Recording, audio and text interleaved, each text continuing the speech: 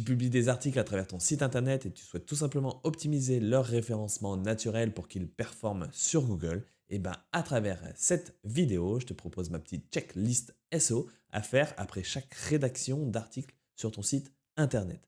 Reste bien juste à la fin pour voir tous les éléments de ma petite checklist. Maintenant, on perd pas plus de temps, on part sur le premier élément. Let's go!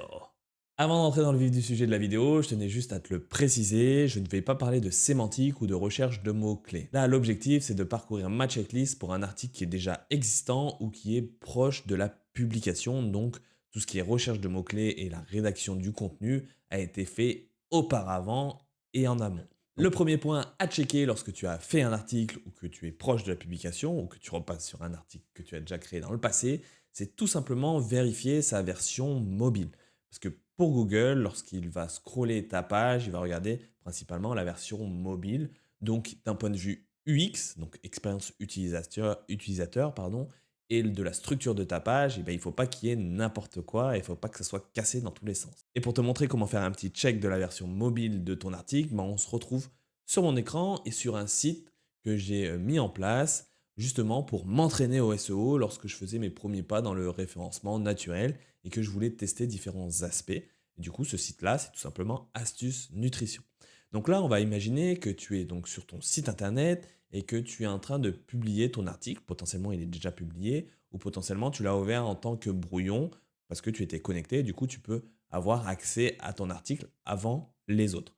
Du coup, lorsque tu vas être sur ton article, ce que tu peux faire, et ce qui est très pratique pour tout simplement checker la version mobile, tu peux faire un clic droit et après tu as une notion de inspecter. N'aie pas peur lorsque ça va s'ouvrir parce que tu vas avoir le code à côté, mais aussi l'apparence.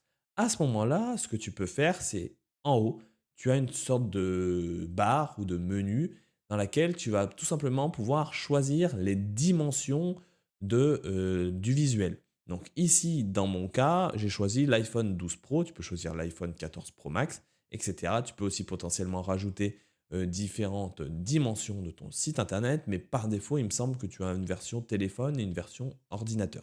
Sinon, ce que tu peux faire également, c'est tout simplement le mettre en mode responsive et c'est toi qui fais le scrolling pour changer les dimensions. Donc moi, dans mon cas, je vais juste reprendre iPhone 12 Pro.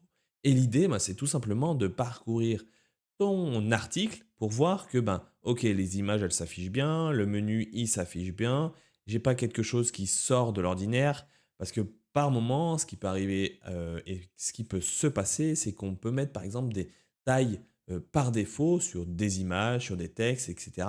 Et du coup, ces tailles-là, on les adapte pas sur la version mobile. Et du coup, ce qui peut se passer, c'est que l'image force sa taille qui a été définie et du coup tu retrouves une sorte d'effet de scroll horizontal avec un petit menu qui est en mode décalé, etc. Donc l'idée c'est bien de parcourir ton article, voir que ok, niveau du contenu c'est propre, c'est clean, il n'y a pas de souci particulier, les différents éléments s'affichent correctement, je descends tout en bas, ok, ça me semble, il n'y a pas quelque chose qui sort du lot et qui pourrait faire un peu peur à Google de le mettre en avant. Et aussi au niveau du responsive, comme je te l'ai dit au début, c'est que Google va scroller et va indexer ta page en fonction de la version mobile. Et le problème par rapport à ça, lorsque tu utilises par exemple Gutenberg ou n'importe quel éditeur ou n'importe quel constructeur de site internet, c'est que on pense souvent à faire la version ordinateur, parce que c'est celle qui est proposée par défaut, et on ne pense pas forcément à faire un petit check de la version mobile. Donc c'est vraiment super important de le checker pour voir s'il n'y a pas de problème vraiment sur la version téléphone. Après, si tu ne veux pas forcément rentrer vraiment dans les détails, tu peux aussi sauter la version tablette parce qu'il n'y a pas forcément beaucoup d'utilisateurs dans le monde qui vont faire une recherche à travers leur tablette. Généralement, c'est plutôt soit téléphone ou soit ordinateur. Mais tu peux aussi faire un petit check de la version tablette si tu veux aller un peu plus loin. Ici, je pourrais choisir iPad Pro et ça me propose la version iPad Pro de mon article. Maintenant, on passe sur le deuxième point, c'est tout simplement tout ce qui est lié à la structure HN. Alors, qu'est-ce que la structure HN? C'est tout simplement la structure de tes titres.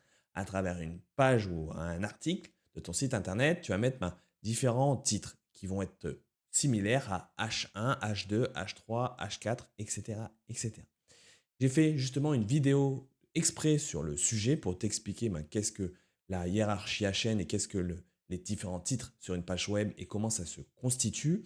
Si ça t'intéresse, je te mets le lien juste au-dessus. Il te suffit juste de cliquer dessus et d'y aller jeter un petit coup d'œil. Sinon, qu'est-ce qu'il y a vraiment à checker au niveau de tes titres? Je ne vais pas regarder l'année sémantique, mais l'idée, c'est que tes titres soient bien structurés hiérarchiquement. C'est-à-dire que tu aies un H1, à l'intérieur de ton H1, tu vas avoir un ou plusieurs H2, à l'intérieur de ton H2, tu peux avoir plusieurs H3, mais tu ne dois pas faire, par exemple, H1, H2, H4. Tu ne dois pas sauter de créneau, sauter de dimension ou sauter de HN hiérarchiquement. Et si tu utilises Gutenberg, tu as tout simplement à aller sur ton article sur l'admin et ici, en haut à gauche, tu as un petit bouton qui est les trois traits horizontaux qui sont l'un dessous des autres. Tu cliques dessus. Si tu as la vue liste, tu as tout simplement à cliquer sur la structure et là, ça te dit différentes informations comme le titre, donc c'est similaire à H1. Et ensuite, tu vas avoir TH2 à l'intérieur, donc tu as TH3, là tu as un H2, un H3, H2, H3 et ainsi de suite. Sinon, si tu n'utilises pas Gutenberg, tu peux tout simplement te retrouver à travers le visuel de ta page et tu as une extension qui s'appelle Detail SEO. Et lorsque tu vas, une extension Chrome, lorsque tu vas cliquer dessus et que tu vas aller dans Heading, et là tu vas retrouver les différentes informations au niveau de ta structure HN. Donc H1, H2, H3 et ainsi de suite. C'est exactement la même chose que ce qu'on va trouver à travers Gutenberg. Si tu souhaites utiliser cette extension, j'en ai parlé à travers une vidéo où je te partage mes différentes extensions SEO pour tout simplement t'accompagner à travers le référencement naturel de ton site internet. J'en profite encore une fois pour te mettre le lien juste au-dessus. Il te suffit juste d'aller cliquer dessus, d'aller jeter un petit coup d'œil si le sujet t'intéresse. Le troisième point, c'est tout simplement tout ce qui est lié aux images. Alors, la première chose au niveau des images à checker, c'est tout simplement leur poids. L'idée, c'est de ne pas avoir des images trop lourdes parce qu'en fait, lorsqu'elles vont être plus lourdes, elles vont mettre plus de temps à se charger sur ton site internet. Et du coup, lorsque Google et son bot vont venir scroller ta page internet, vu qu'elle va mettre plus de temps à s'afficher réellement et entièrement, et ça va être plutôt des points négatifs et du coup qui vont tout simplement l'empêcher de performer d'un point de vue référencement naturel. Donc par exemple, pour savoir le poids que tu as mis à travers tes images, lorsque tu as déjà un article, tu peux par exemple cliquer sur remplacer, tu fais ouvrir la médiathèque et là normalement ça te renvoie vers ton image qui a été sélectionnée. Et ici, tu peux voir le nombre de kilo-octets de ton image. En général, moi, ce que je te conseille, c'est de ne pas dépasser 750 kilo-octets pour la taille globale de ton image. Donc là, tu vois, c'est du 2250 par 1750. Sauf que après, moi, par derrière, je définis une hauteur. Bon, là, j'ai défini la taille d'origine, mais je pourrais choisir une autre dimension. Et du coup, qui dit une autre dimension, dit tout simplement que l'image a été croppée. Et vu qu'elle est plus petite, logiquement, elle est moins lourde.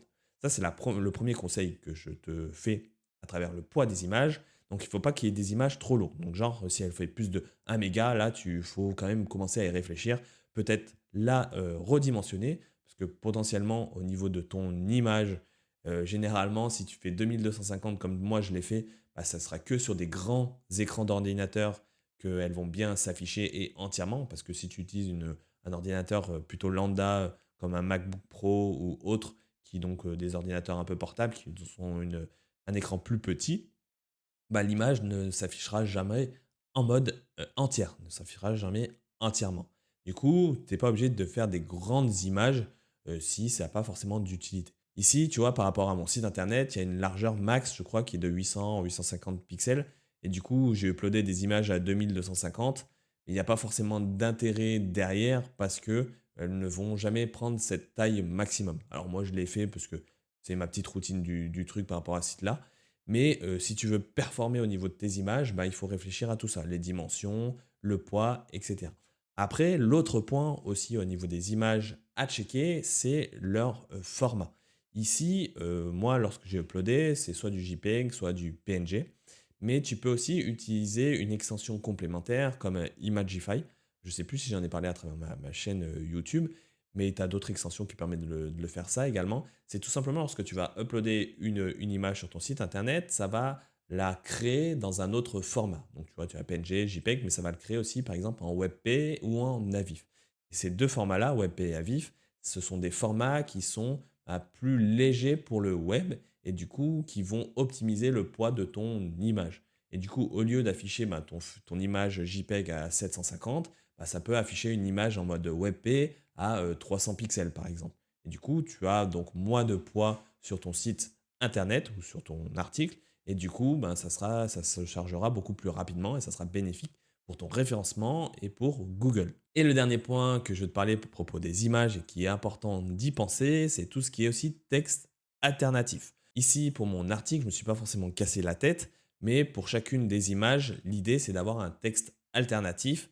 D'un point de vue SEO, je te parle. Après, d'un point de vue accessibilité, il y a peut-être d'autres aspects à prendre en compte, parce que le texte alternatif n'est pas forcément nécessaire à 100% lorsque tu uploades une image, mais ça peut être quand même bénéfique d'un point de vue référencement naturel, parce que tu peux potentiellement y glisser quelques mots-clés par-ci par-là, et du coup c'est toujours bénéfique, tout en restant naturel. On ne va pas forcer les mots-clés, il ne faut pas faire genre mot-clé, virgule autre mot-clé, etc., ou mot-clé secondaire. L'idée c'est de faire quelque chose, un texte alternatif qui est parlant et qui est propre à l'image, tout en potentiellement rajoutant des mots pertinents par rapport à ton article que tu es en train d'écrire et de publier. Et du coup, pour le texte alternatif, si tu utilises Gutenberg, tu as juste à cliquer dessus et ici, à droite, alors, si par exemple tu es sur un article, il faut bien sélectionner bloc et là tu as une notion de texte alternatif et tu peux mettre du texte alternatif qui est variable d'un article à l'autre. Par exemple, si tu as une image que tu souhaites utiliser à plusieurs endroits,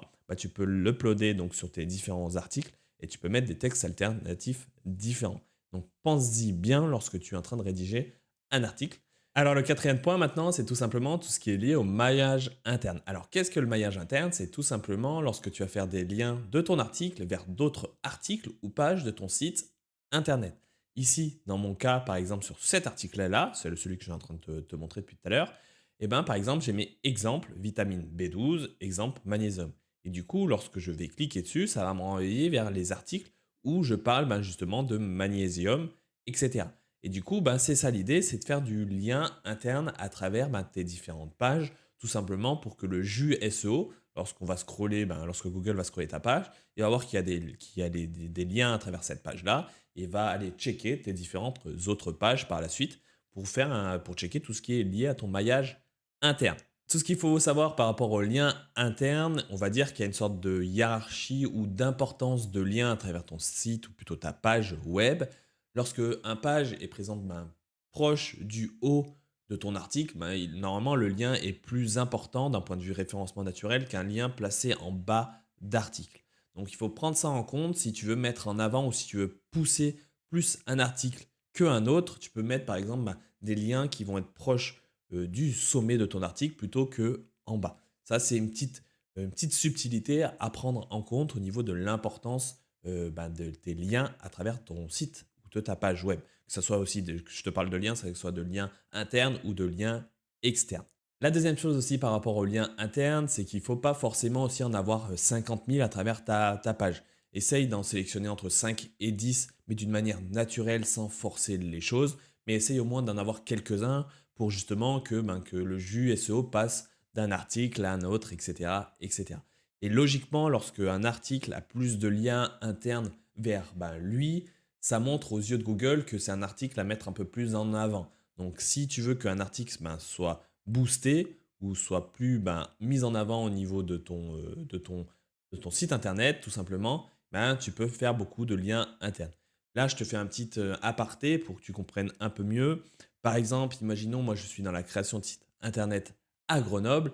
Et je veux me pousser sur ma création de site internet à Grenoble. Et vu que c'est un mot qui est plus ma concurrence, ce que je pourrais faire potentiellement, c'est créer des sous-pages qui sont par exemple création de site internet Cessiné, création de site internet Clé. Faites des toutes petites villes tout autour ou au centre de Grenoble. Et sur chacune des pages, je mettrai vers le haut un lien vers ma page création de site internet Grenoble pour faire un peu en mode entonnoir. On part loin, puis après on se recentre vers un sujet qui est plus important. Et c'est à peu près le même principe au niveau de tes articles. L'autre chose aussi par rapport aux liens, donc je t'ai parlé de maillage interne, mais l'autre chose c'est par rapport aux liens externes. Il est possible d'en mettre à travers ton site internet. C'est tout simplement lorsque tu veux mettre des liens vers d'autres sites. Moi, je te le conseille de laisser en do follow à chaque fois ou au cas par cas, potentiellement mettre en no follow. Mais tu peux laisser en do follow pour montrer à Google que tu fais des références à des articles qui sont déjà connus et qui sont déjà présents d'un point de vue référencement naturel. Ça peut rapporter aussi des points par rapport à ton article, mais ce n'est pas forcément nécessaire de le faire à chaque fois. Maintenant, tu te demandes peut-être, ok, j'ai bien compris ton principe de maillage interne, mais comment je fais par exemple pour se dire, par exemple là je fais un article sur une pizza, comment je retrouve mes différents articles où j'ai mis le mot pizza? Parce que si j'ai 500 articles à travers mon site internet, je ne vais pas me souvenir de tous mes articles où il y a le mot pizza intégré à l'intérieur. Et justement pour ça, j'ai une petite astuce à te partager. Tu vas tout simplement aller sur Google et dans Google, il faut taper par exemple site 2 points, le nom de ton site internet. Donc tu peux mettre l'URL d'origine de ton site internet, de la page d'accueil. Et ensuite, tu peux mettre ton mot-clé. Ici, tu retrouveras donc tous tes articles où il y a le mot pizza normalement à l'intérieur de ton article. Ici, si j'ouvre cet article-là et que je fais un CTRL F ou un commande F en fonction de quel ordinateur tu utilises, si je marque le mot pizza, on va retrouver justement les différentes fois où le mot pizza est affiché et noté.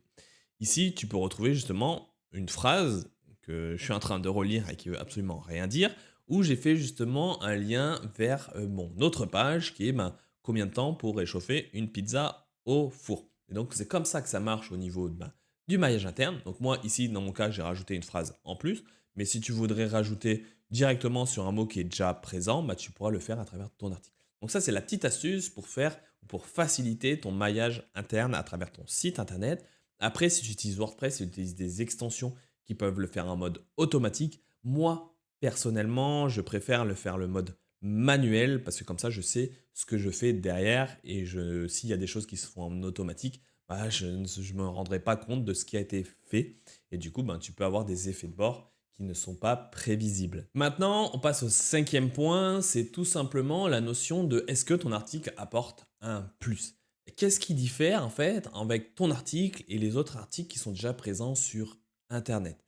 Moi, ici, dans mon cas, je te l'accorde, il n'y a pas forcément d'astuces ou de fonctionnalités qui sont en plus. C'est basé plus sur la sémantique et la structure de mon article, mais j'ai pas quelque chose qui apporte un petit plus.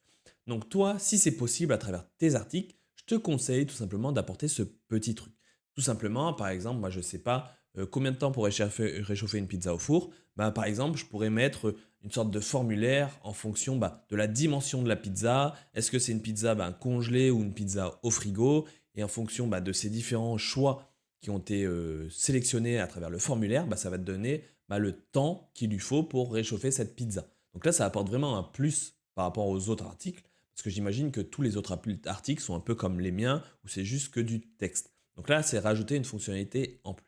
Après, l'autre chose qui aussi peut être intéressante à mettre en place si il y a plusieurs auteurs à travers ton site internet qui rédigent des articles, c'est de faire une sorte de petite bannière en bas ou en haut, au milieu ou sur la sidebar, qui est une sorte d'élément auteur.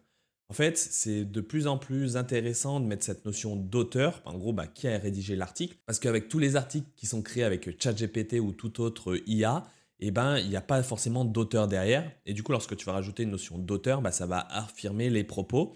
Et ce que tu peux faire à travers cette notion d'auteur, tu peux par exemple mettre un lien vers LinkedIn, vers leur profil LinkedIn, pour vraiment montrer que, ok, c'est un expert, c'est un auteur vraiment dédié à ce sujet-là qui a fait cet article-là. Et du coup, ça rajoute vraiment une plus-value derrière. Donc voilà, mes deux informations qu'il faut prendre en compte lorsque tu vas rédiger un article. Est-ce que mon article rajoute vraiment une plus-value, vraiment quelque chose de plus que les autres articles autres que la sémantique? Et est-ce qu'il peut avoir quelque chose comme une notion d'auteur pour affirmer les propos qui sont écrits à travers cet article? Ça, c'est ces deux informations qui sont vraiment importantes au jour d'aujourd'hui de prendre en compte lorsque tu vas rédiger des articles et si tu veux performer un max au niveau de ton référencement naturel. Maintenant, on passe au 6e point de ma petite checklist SEO. Et ce 6e point, c'est lié au title SEO et à ta méta description. Alors, c'est super important de réfléchir pour son title SEO parce que c'est ici que tu vas mettre ton mot-clé et que tu vas dire à Google, mon article est censé parler de ce sujet-là et donc de ce mot-clé-là. Pour retrouver tes informations au niveau du title et de ta métadescription, tu peux réutiliser l'extension Chrome que je t'ai parlé et dans l'overview, tu retrouveras le title présent et la métadescription. Ici, tu retrouves bien le mot-clé. Ici, c'est un mot-clé long train. Du coup, tu le retrouves bien ici. Et ensuite, j'ai rajouté un petit élément pour améliorer le CTA, c'est-à-dire inciter l'utilisateur à cliquer sur mon site au lieu des autres sites qui vont être présents lorsqu'ils vont tomber sur mon article. Ici, j'ai mis erreur à éviter, mais ça peut être tout autre chose. C'est vraiment à toi d'y penser et de mettre un peu ce que tu veux. Pour la métadescription, je te conseille de mettre le mot-clé d'une manière aussi naturelle, mais il faut que tu le sois au courant. C'est possible que Google se permette de remodifier ta métadescription pour mettre quelque chose qui lui semble le plus pertinent et mieux pertinent par rapport à ce que tu as mis toi par défaut. Donc, sois pas surpris lorsque tu vas sur Google et que tu vois ton article et que la métadescription n'est pas exactement la même que celle que tu as mis. Maintenant, d'un point de vue admin, lorsque tu vas utiliser par exemple WordPress, tu vas installer une extension SEO. Bon, il en existe plein. Ici, moi, à travers ce site internet, j'utilise Yoast SEO. Et du coup, à travers Yoast SEO, tu vas avoir un petit onglet qui va être présent tout en bas de ton article, de tes pages. Et ici, tu vas avoir le title SEO à mettre et la méta description. Tu vas avoir aussi un rendu, etc., etc. Si tu veux approfondir ce sujet et que tu utilises par exemple Yoast SEO, j'ai vraiment fait un guide complet de A à Z pour justement utiliser et configurer Yoast SEO. Donc je ne vais pas perdre plus de temps à expliquer et à rentrer dans les détails de cette extension. Mais si ça t'intéresse, je te mets le lien juste au-dessus. Il te suffit juste de cliquer dessus et d'aller jeter un petit coup d'œil à la fin de cette vidéo. Maintenant, on passe au septième point. C'est tout simplement l'indexation de ton article. Là, à ce moment-là, tu dis que ton article est OK, tu as tout checké, pour toi c'est 100% OK. Et ben du coup, l'idée, c'est d'aller dire à Google, viens indexer ma page pour justement la classer sur le moteur de recherche. Et pour ça, là, tu as tout simplement à aller sur Google Search Console, tu as juste à marquer Google Search Console, et tu devrais arriver sur un site qui a cette apparence-là. Donc là, ici, tu devras indexer, ou plutôt lier ton site internet avec Google, la Google Search Console. Normalement, ça doit être déjà fait depuis la mise en ligne de ton site internet. C'est ici que tu vas voir les différents mots-clés pour lesquels tu as indexé, les performances, etc., etc., ou potentiellement aussi les erreurs. Du coup, je ne vais pas forcément rentrer dans les détails de ce sujet-là par rapport à la Google Search Console. Si j'ai fait une vidéo, je te mettrai le lien au-dessus, mais il ne me semble pas avoir fait de vidéo à ce sujet-là. Et du coup, lorsque tu vas arriver sur cette page-là, tu as tout simplement à cliquer sur inspection de l'URL et là, tu vas saisir ton URL. Donc, tu vas cliquer dessus. Donc, ici, c'est comme si je te l'avais copié. Donc, toi, tu vas la copier. Et ensuite, là, par exemple, c'est marqué cette URL n'est pas indexée sur Google. Donc, dans ton cas, ça sera à peu près pareil. Donc là, ce que tu peux faire, c'est demander une indexation. Et du coup, il va se passer quelques instants pour que Google, ou plutôt la Google Search Console, prenne en compte ta demande. Et ensuite, tu n'as plus rien à faire. Il faut juste attendre que Google et que son bot passe dessus ta page pour justement l'examiner et la référencer et l'indexer potentiellement. Parce qu'il se peut que tes pages ne s'indexent pas s'il trouve que le contenu et la pertinence n'a pas lieu d'être sur son moteur de recherche. On continue avec le huitième point, c'est tout simplement lié au partage sur les réseaux sociaux. Lorsque tu vas publier un article, que tu l'as soumis sur la Google Search Console, la prochaine étape, c'est de le partager à travers tes réseaux sociaux. Justement pour qu'il y ait d'autres sources entrantes autres que le moteur de recherche vers ton article. Donc ça va tout simplement permettre à Google de faire le lien entre ton article et tes différents réseaux sociaux. Comme ça, Google va voir que tu n'es pas juste un créateur de site internet qui fait juste des articles un peu bidons. Là, tu as vraiment différentes pages, que ce soit Instagram, Facebook, LinkedIn, etc. Et du coup, c'est tout ça, c'est de le lier ensemble. Et du coup, ce que je te conseille, lorsque ton article est OK, c'est de le partager tout simplement sur les différents réseaux sociaux. Et pour finir, moi, ce que je te conseille également et que tu entends peu de personnes le dire, c'est lorsque tu as fait un article et que tu l'as partagé, que tout est publié, tout est OK. Si tu as une fiche Google My Business, moi, je te conseille justement de rajouter un article sur ta fiche Google My Business qui va être tout simplement la promotion de ton nouvel article sur ton site internet. Ici, là, je reprends mon cas de ma GMB à moi, à titre perso. Donc, c'est pas celle de mon site internet parce que j'en ai pas, mais généralement, si toi tu fais des articles ben, sur ton site, je sais pas, de plomberie, et ben, normalement, tu dois avoir une fiche Google My Business pour être positionné sur Google Maps et pour justement avoir une certaine visibilité, des avis, des récupérations d'avis, etc., etc. Et ici, lorsque tu arrives sur ta fiche Google My Business, tu as la notion de post.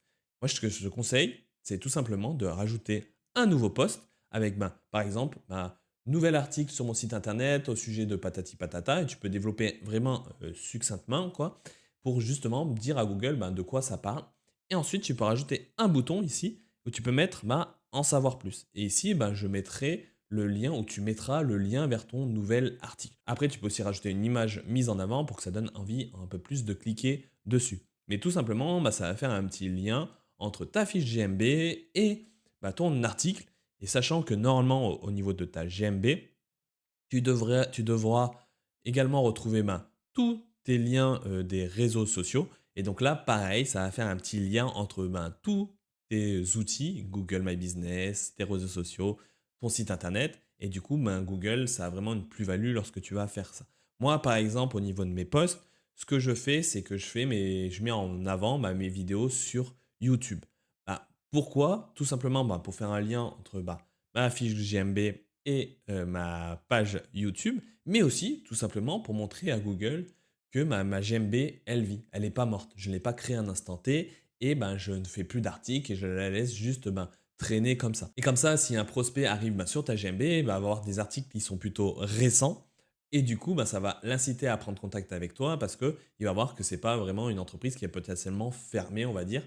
Elle est toujours en vie et elle continue de vivre et de mettre en avant différentes choses à travers sa GMB. Donc moi, je trouve ça vraiment intéressant de mettre ça en place. C'est tout ton process, c'est-à-dire OK Google, OK les réseaux sociaux, mais aussi ma GMB. D'ailleurs, au niveau de ta GMB, si tu souhaites l'optimiser, j'ai fait vraiment un guide complet par rapport à l'optimisation et les différents aspects à optimiser au sujet de ta fiche Google My Business. Si ça t'intéresse, je te mets le lien juste au-dessus. Il te suffit juste de cliquer dessus et d'aller jeter un petit coup d'œil.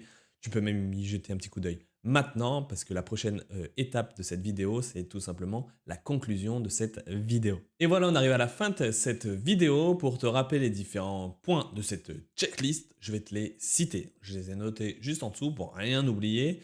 Le premier point, c'est tout simplement la version mobile. Il faut qu'elle soit OK. Le deuxième, c'est vérifier la structure, donc H1, H2, H3, etc. Vérifier l'optimisation des images, le poids, la balise Alt, est-ce qu'il y a le format WebP ou AVIF qui est présent à travers ton site internet.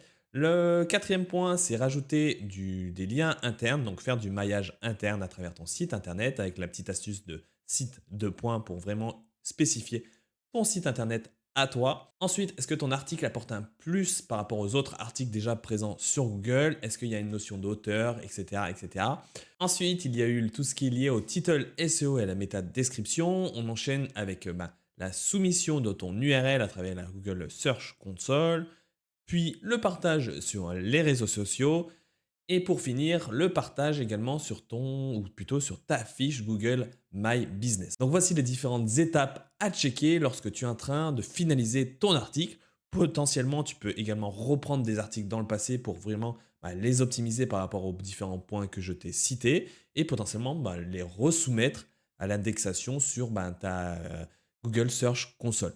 Et tu peux aussi, par exemple, les partager vers les réseaux sociaux, les mettre sur ta fiche GMB, etc., etc. Pas forcément, il ne faut pas forcément que ce soit un nouvel article pour le partager à travers ta GMB. Ça peut être un article qui a été fait dans le passé et que tu veux le remettre en avant à travers ta GMB tout simplement. Et si tu veux aller un peu plus loin d'un point de vue référencement naturel et travailler vraiment en amont de ton article pour tout ce qui est lié aux recherches de mots-clés, etc., tu as différents outils qui permettent de le faire sur Internet comme SEMrush, Ahrefs, etc.